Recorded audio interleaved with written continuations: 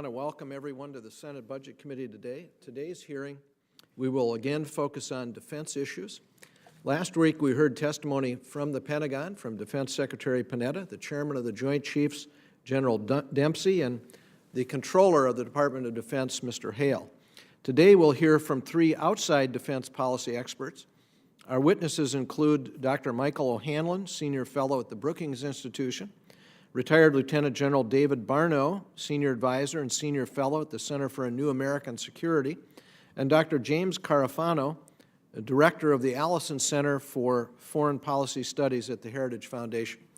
Dr. Carafano, am I pronouncing your name correctly? Good. Welcome to all of you.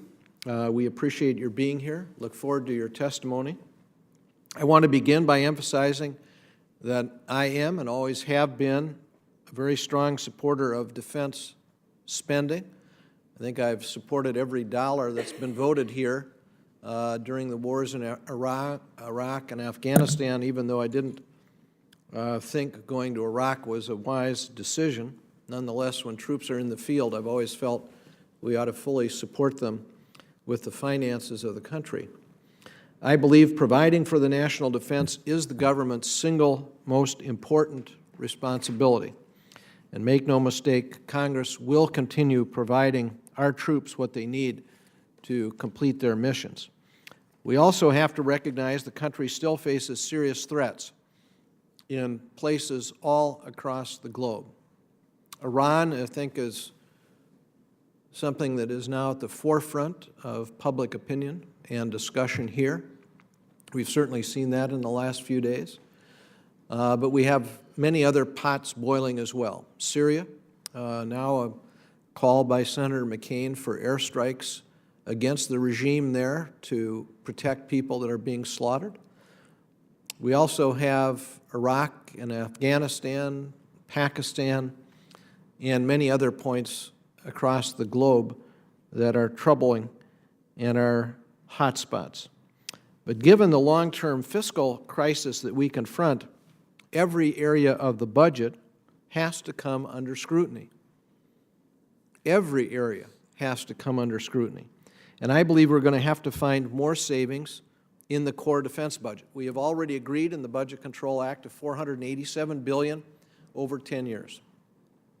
We have a sequester that is in line. It will be pulled. The trigger will be pulled on a sequester at the end of this year that will call for an additional $535 billion of savings over the next 10 years out of defense. So now we're talking the two combined $1 trillion over 10 years. That's real money. And a sequester, I think, is very, very poorly designed. I do not believe the sequester should go forward as it is. This cut is much too abrupt at the beginning, and it is done in a way that's frankly ham-handed. It's just across-the-board slashing. We're going to have to be smarter than that as we seek to save money. I also believe we can't rely solely on declining war costs for savings in defense. I don't know how many of you saw the very interesting Walter Pincus article in the Washington Post this morning. I thought very thoughtful, talking about how at the top the Defense Department has exploded in personnel and cost. All of us know this, and it's something that deserves our review. The administrative cost at the Department of Defense has mushroomed. The reality is that defense spending, both in the core defense budget and in war costs, has grown dramatically and has been a factor contributing to recent deficits. In 1997, we spent $254 billion on the Department of Defense. This year, when we include war costs, we'll spend $645 billion on the department. If we compare recent overall defense spending in budget function 050 to recent non-defense discretionary funding, we see that overall defense funding has remained at about $554 billion since 2010, not including war costs, while non-defense funding has fallen from $540 billion in 2010 to $489 billion this year. Now, let's be clear. Both of those were from a very high base. Both of those had seen significant run-ups. So, since 2008. I mean, that's reality. Over the next 10 years, the President's Department of Defense request would roughly match the levels set in the Budget Control Act, not including the sequester. As we can see from the blue line on this chart, the President's request would provide a steady increase in the defense budget from 2013 on. Now, these are in dollar terms, not inflation-adjusted terms. I understand some will make the argument, well, you got to factor in inflation here. That's fair. Nonetheless, in dollar terms, we see the budget rising steadily from 2013. And again, that's from a very high base. The red line on this chart shows what would happen to Department of Defense funding if the sequester were implemented.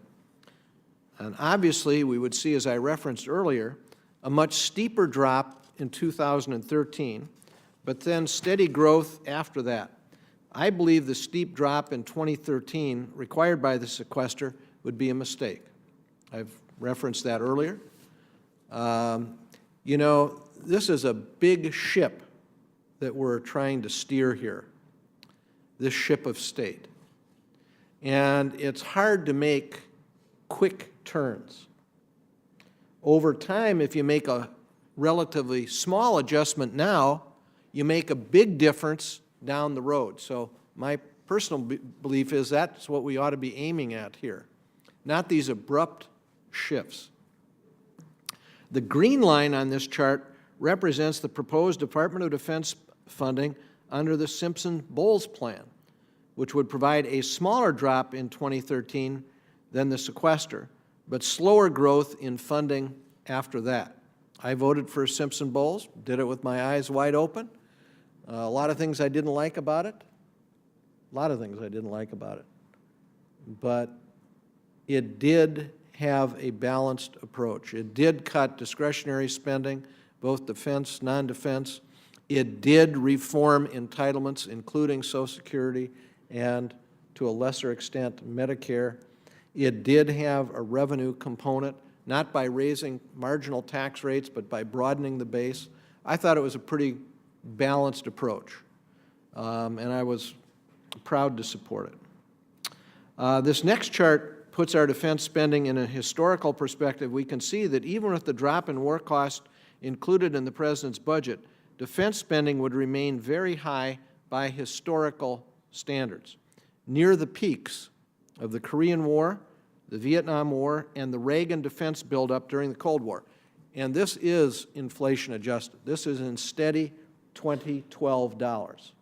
So this is, I think, telling us we're at a very high level of defense spending in relationship to where we have been with respect to the Korean War period, the Vietnam War period, and the Reagan defense buildup. One of the biggest drivers of rising spending in the core defense budget is rising health care costs.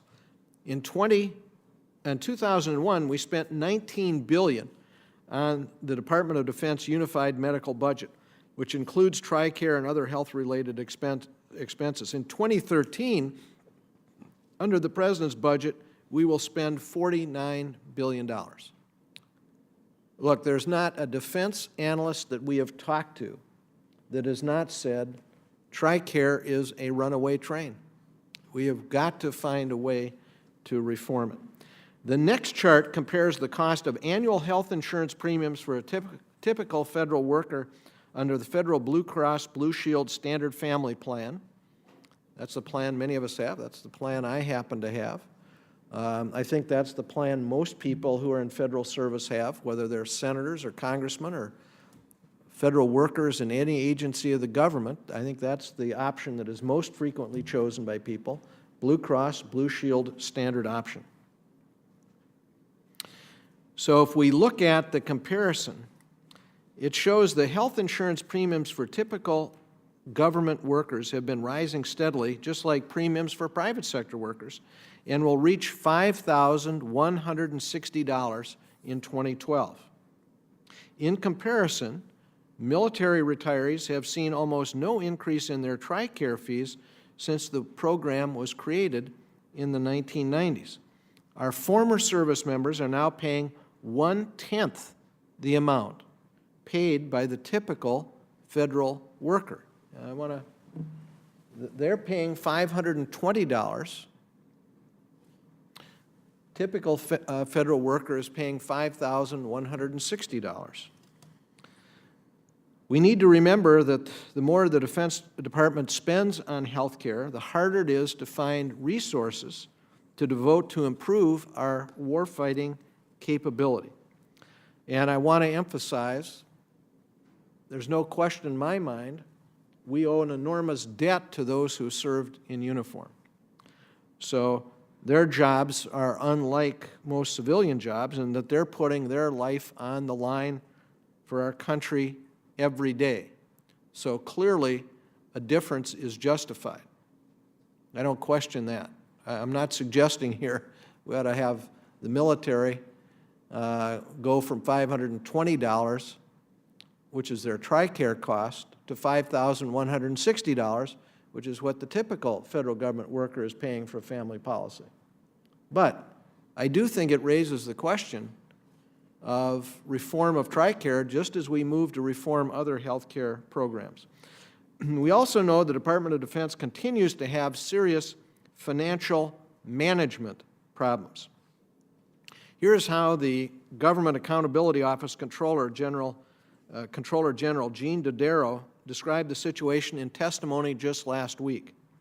And I quote him, "Serious financial management problems at the Department of Defense have prevented DOD's financial statements from being audited."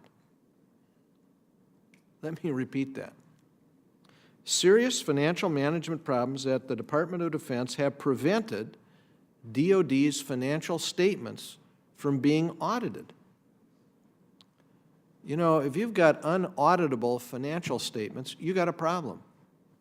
And unfortunately, there are other places in the federal government where we have this same problem. And frankly, that's just unacceptable. We have got to have auditable financial statements for every agency of the federal government. The Comptroller General went on to say in his testimony, while we are encouraged by DOD's recent plans and efforts to fundamentally transform its financial management operations, several DOD business practices, including financial management, remain on GAO's list of high-risk programs designated as vulnerable to waste, fraud, abuse, and mismanagement, or are in need of transformation. While it's good to see there is some progress being made in this area, it is unacceptable the Pentagon is still incapable of being audited. It is very difficult to weed out waste, fraud, and abuse if we can't get an accurate accounting of where defense dollars are going or any other dollars are going. It's also troubling the Department of Defense continues to spend billions of dollars every year on programs that are later completely canceled. Here's how an article in the Federal Times described the problem last month. And I quote, "In the budget submitted on February 13th, the Department of Defense proposed canceling or changing production schedules for about 20 major programs. Although the costs associated with ending these efforts might not be that large, the amount of money already spent on them is substantial. Over the past 10 years, the Pentagon has spent about $46 billion using current dollar estimates on development programs that were terminated and never entered production." Now, you know, I think we understand how some of this happens, but $46 billion is a huge amount of money, a staggering amount of money. We simply have to do better than spending $46 billion on things that are never, ever built. I want to conclude with a quote from former Defense Secretary Robert Gates. In an interview in CBS's 60 Minutes last year, he stated, and I quote, "The budget of the Pentagon almost doubled during the last decade, but our capabilities didn't particularly expand. A lot of that money went into infrastructure and overhead, and frankly, I think a culture that had an open checkbook. Well, we can't afford an open checkbook anymore. The culture simply has to change. As I said before, we need to ensure that every dollar going to defense is essential to advancing our national security interests.